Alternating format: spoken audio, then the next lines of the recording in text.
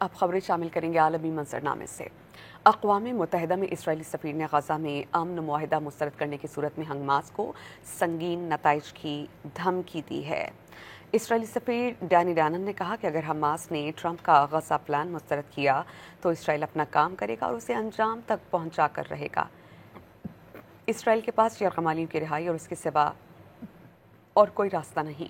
Israeli सफ़ीर ने जोर दिया कि इसराइल अपने यरगमालियों की रिहाई के लिए किसी भी हद तक जाना जाएगा, चाहे उसके लिए कितना ही मुश्किल रास्ता क्यों ना अपनाना पड़े।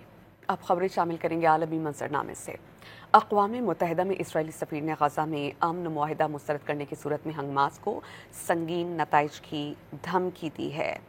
इसराइली सफ़ीर डैनी डैनन ने कहा कि अगर हमास ने ट्रंप का गज़ा प्लान मुस्तरद किया तो इसराइल अपना काम करेगा और उसे अंजाम तक पहुंचा कर रहेगा। इसराइल के पास यरगमालियों की रिहाई और उसके सिवा और कोई रास्ता नहीं।